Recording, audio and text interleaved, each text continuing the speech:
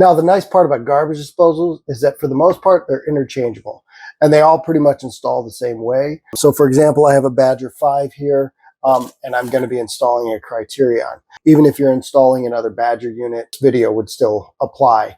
The Criterion is going to pretty much install exactly the same way.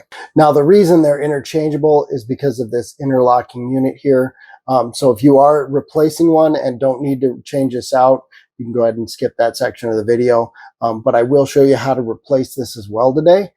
So let's get going. Now, before we get started here, I would definitely recommend having a towel and maybe a piece of Tupperware or bucket available to catch any excess water. So the first thing we're going to do here is we're going to remove the old unit. And there's only a couple steps here.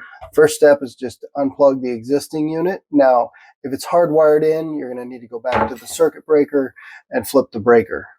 All right, so next we just need to disconnect our drain lines. Now, there's two normally. There's the main drain line, and then there's the dishwasher drain line. Now, in my case, this is not, the dishwasher drain line is not connected. It's actually connected to another drain on the sink. Now, the main drain line, if you can get a screwdriver on it, usually a flathead, you can disconnect it this way. Sometimes it's easier, depending on how it's set up, to just remove the P-trap. Today, even though this is an awkward position, I'm going to go ahead and try to remove this. Then we can just push this back a little bit. Now, once this is disconnected, we can just go ahead and actually remove the unit here. Now, to do that, we're just going to twist our quick connect here. Now, the actual unit is very heavy, so you will want something to either hold it up or have somebody else grab it, but be prepared once it comes loose, it is pretty heavy. So we'll just do this, and then twist this here. And then I can go ahead and start removing the quick connect module. It's just a matter of unscrewing these here. Now, to remove this, we just need to make sure all these are about as low as they'll go. Push this up here, and there's a ring right here. Now, you can take a screwdriver and just pop this down like that.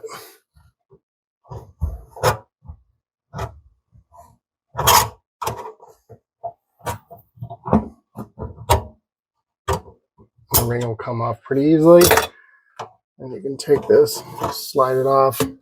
Now, if the bottom piece came off, you should be able to pull that right out. Now, another thing you'll notice with different brands is some of them come with a cord, some of them don't. So a lot of the Badgers or the Incincerators that I just pulled, like what I just pulled out, do not come with the cord attached. So if you want to see how to install one of those, check out the video right up here, and I'll link to it in the description as well. But let's go ahead and get this pulled apart. Because we are going to use this again, we can go ahead and remove this. Again, just a matter of turning that. Then again, very similar to the other one. And then again, we're going to remove it the same way. Loosen those up. There's our ring. Now, if you are replacing the quick connect, one thing you will need is some plumber's putty. And that's pretty easy to install, and you can usually get this at any local hardware store. Also put some in the description. But we're going to remove this and the fiber gasket here.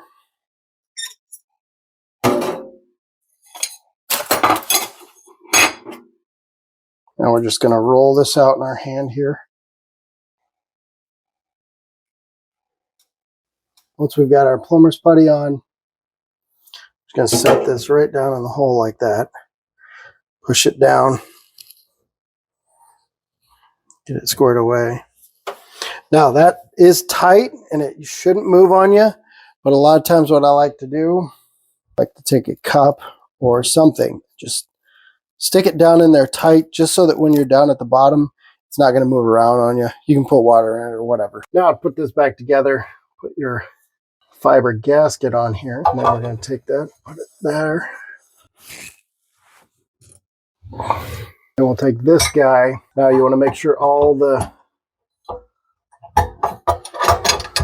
screws are down low enough that you can get that ring on. And then pretty easily, I'm just going to slide this ring over. And again, this is kind of where that cup comes in handy, because it holds this in place a little bit better. because like I said, it will move around on you. But really, it's pretty easy. It just snaps in like that. You want to try to do these kind of all at the same time. So a little bit of this one and this one. And go to this guy.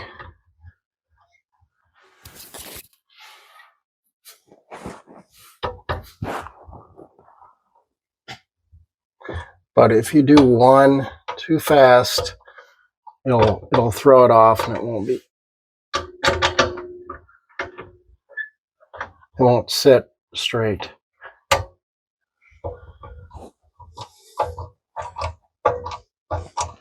And you'll kind of know, you'll be able to feel when it's on there nice and tight.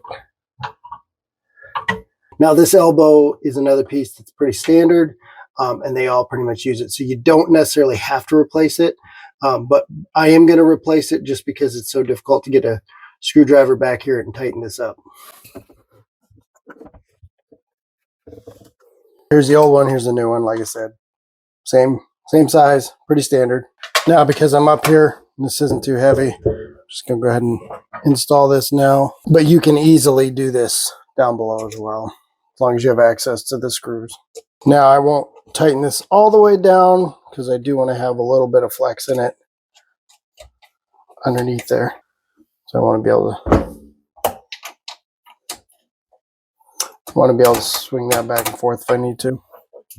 Now another thing that is important to remember, if you do have a dishwasher connection, you're going to want to remove this white plug. If you don't, you will have a mess as soon as you run the dishwasher. Now you can remove that. It pops out really easily. You can either just hit it like that or take a hammer, whatever you want to do. That plastic plug will pop out pretty easily. Now the nice part about having the two pieces separate is you only have to worry about one at a time. At this point, I got to get this in first. Bring this up as well. Now we want to push up on the garbage disposal and twist the lower ring so that the metal lip on the lower ring sits on the lip of the upper ring. We're just going to tighten that up until we can't go any further. And we're in tight.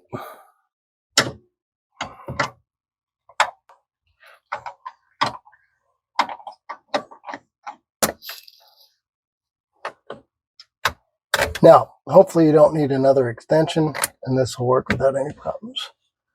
And we can plug it in. Now we can put in our splash guard here.